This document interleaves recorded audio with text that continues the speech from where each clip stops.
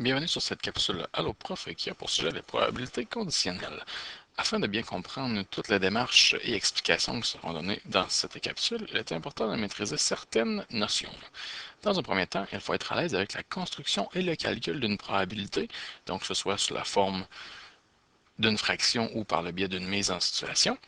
Ensuite, il faut être à l'aise avec le mode de représentation de l'univers des possibles, donc autant avec sa construction qu'avec la lecture des différents modes de représentation. Et finalement, bien connaître la définition des symboles en probabilité. Avant de faire quelques exemples avec le calcul d'une probabilité conditionnelle, on va d'abord définir ce qu'est une probabilité conditionnelle. Textuellement, c'est une probabilité qu'un événement B se réalise en sachant qu'un événement A s'est réalisé. En d'autres mots, la conditionnelle ici fait en sorte de poser une condition sur la réalisation de la probabilité recherchée. Donc, on veut être certain qu'un événement se réalise en premier pour ensuite calculer la probabilité d'un deuxième événement qui va se réaliser par la suite. Donc, ça va jouer en fait, ça va faire une différence là, au niveau du nombre de cas possibles, au niveau du nombre de résultats recherchés là, favorables pour construire la probabilité. C'est ce qu'on va voir dans les prochaines diapositives. Au niveau de sa notation, on utilise généralement le P pour probabilité ou la parenthèse B sachant A, donc la barre verticale veut dire sachant que A s'est réalisé, ou bien le P indice A de B. Donc, dans les deux cas, ça se lit la probabilité de B, sachant que A s'est réalisé.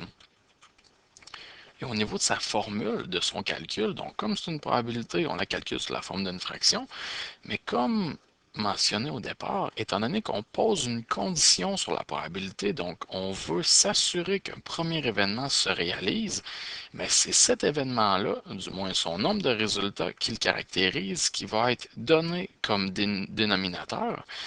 Et au niveau du numérateur, mais ça va être l'intersection des deux événements qui va être considérée. Afin de rendre ça plus concret, on va faire quelques exemples.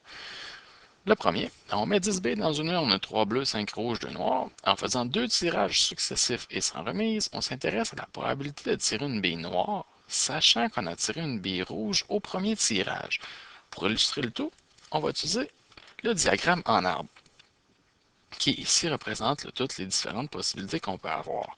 Or, nous, on s'intéresse sur le fait que c'est une bille rouge. On veut absolument qu'il y ait une bille rouge qui a été tirée en premier.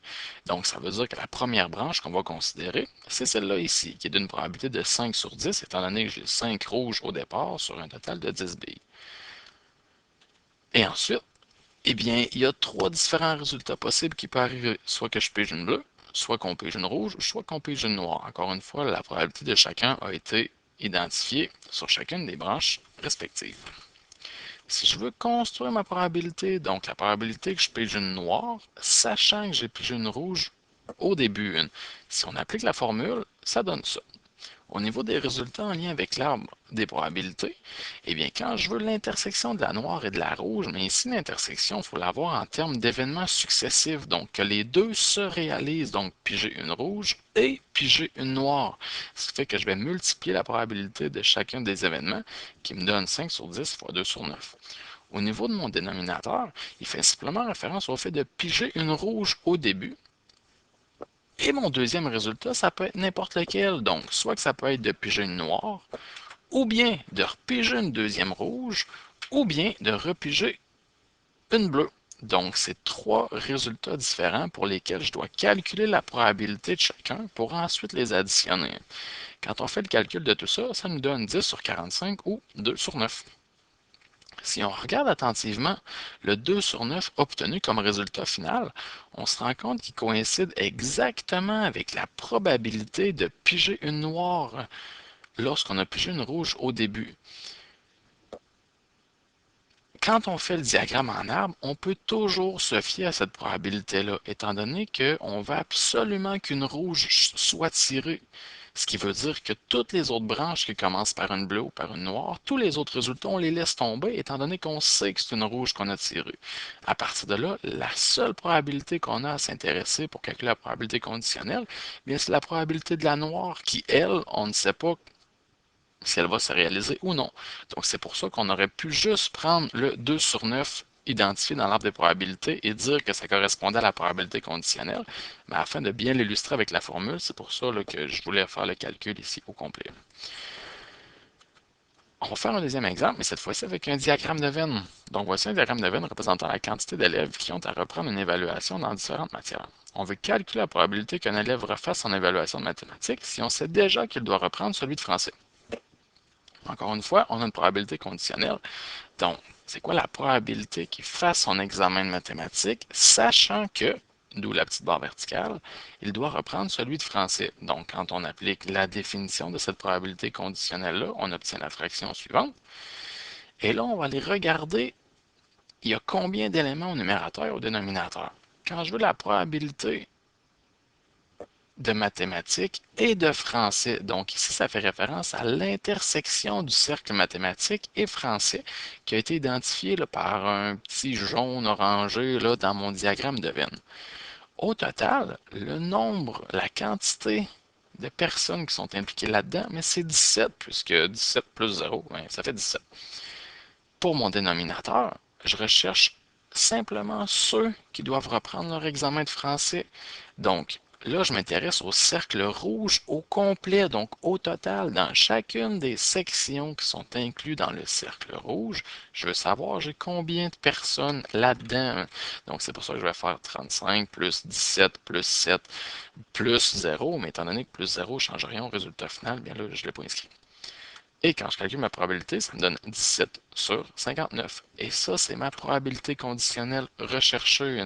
Donc, c'est vraiment important d'être à l'aise avec le diagramme de Venn pour être en mesure d'identifier le nombre de personnes impliquées dans l'intersection des deux événements et pour calculer le nombre de personnes impliquées dans un événement en particulier. Donc, ici, c'est un exemple avec le diagramme de Venn. Et finalement, on peut aussi calculer les probabilités conditionnelles avec un tableau à double entrée. Donc, voici un tableau à double entrée qui présente les préférences des hommes et des femmes en termes de films. On voudrait connaître la probabilité que le film préféré soit un film d'action, sachant que c'est une femme qui a été choisie. Donc, encore une fois, on a notre probabilité qu'on peut construire de la façon suivante. Donc, la probabilité que ce soit un film d'action, sachant que, toujours la petite barre verticale, que c'est une femme qui a été choisie. Tout comme vu auparavant, le numérateur, c'est en fait action et femme, donc l'intersection des deux ensemble, alors que le dénominateur, c'est juste les femmes.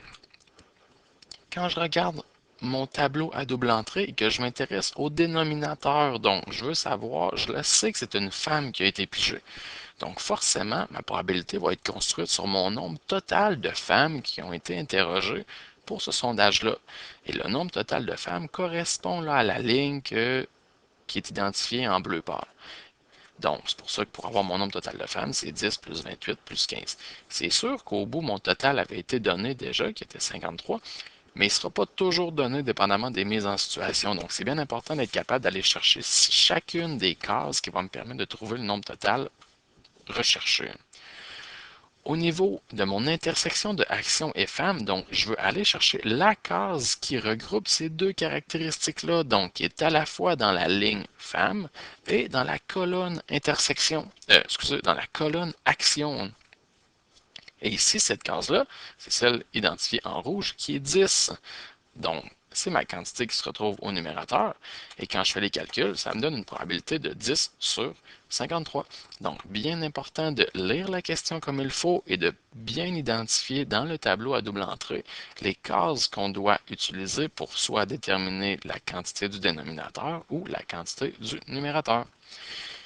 Et finalement, un dernier exemple avec l'utilisation des probabilités conditionnelles. Donc, selon le tableau à double entrée ci-contre, quelle est la valeur associée à la case identifiée par un x en sachant que la probabilité de A sachant C est égale à 2 cinquièmes? Quand on veut construire, du moins compléter un tableau à double entrée, on peut souvent continuer à le construire là, à l'aide d'addition, de soustraction là, avec les données qu'on a. Mais ici, le tableau il est assez incomplet. La seule information qu'on nous donne, c'est la probabilité conditionnelle de A sachant C qui est 2 cinquièmes. Donc, c'est ce qu'on va utiliser. On sait que cette probabilité-là, c'est 2 cinquièmes. Parfait. Quand on regarde ce à quoi elle fait référence dans le tableau à double entrée, La quantité recherchée, c'est elle ici, donc au niveau du numérateur, c'est l'intersection du A et du C, donc qui est cette case-là. Alors qu'au niveau du dénominateur, c'est le C, donc le nombre total de la colonne, donc le nombre total de données qui est dans la colonne C, qui est ici, qui est donné, qui est 60. Et si je veux trouver ma quantité qui est manquante, j'ai juste à faire un produit croisé, donc 2 fois 60 divisé par 5, qui va me donner 24. Et cette quantité-là est vraiment là, la quantité qui est à l'intersection de la ligne A et de la colonne C, de par la définition de la probabilité conditionnelle. Donc, au lieu de calculer la probabilité conditionnelle, on l'a utilisé pour trouver une valeur manquante. Une fois qu'on a trouvé cette donnée-là, eh bien, on peut continuer à interpréter le tableau. Si on veut trouver la donnée qui a identifiée en rouge ici, soit à l'intersection de la ligne B et de la colonne C, on peut tout simplement y aller avec une soustraction, donc 60 moins 24, qui va me donner un total de 36, que je peux inclure dans mon tableau à l'endroit approprié. Et maintenant, j'ai toutes les informations qu'il faut dans la ligne où mon inconnu est placé. Ce qui veut dire que si je veux trouver mon inconnu, je sais que mon total c'est 72. Et à partir de 72-là, eh bien, j'enlève le 10 qui était déjà fourni, j'enlève le 36 que je viens de trouver, ce qui veut dire que mon X me donne un total de 26. Donc, quand je le remplace dans mon tableau à double entrée, ça donne 26. Donc, c'est tout simplement une autre façon ici d'utiliser la probabilité conditionnelle afin de trouver une valeur qui nous est inconnue dans un tableau à double entrée. Et c'est ce qui conclut cette capsule sur les probabilités conditionnelles. Si vous avez besoin de plus d'informations, vous pouvez consulter notre bibliothèque virtuelle.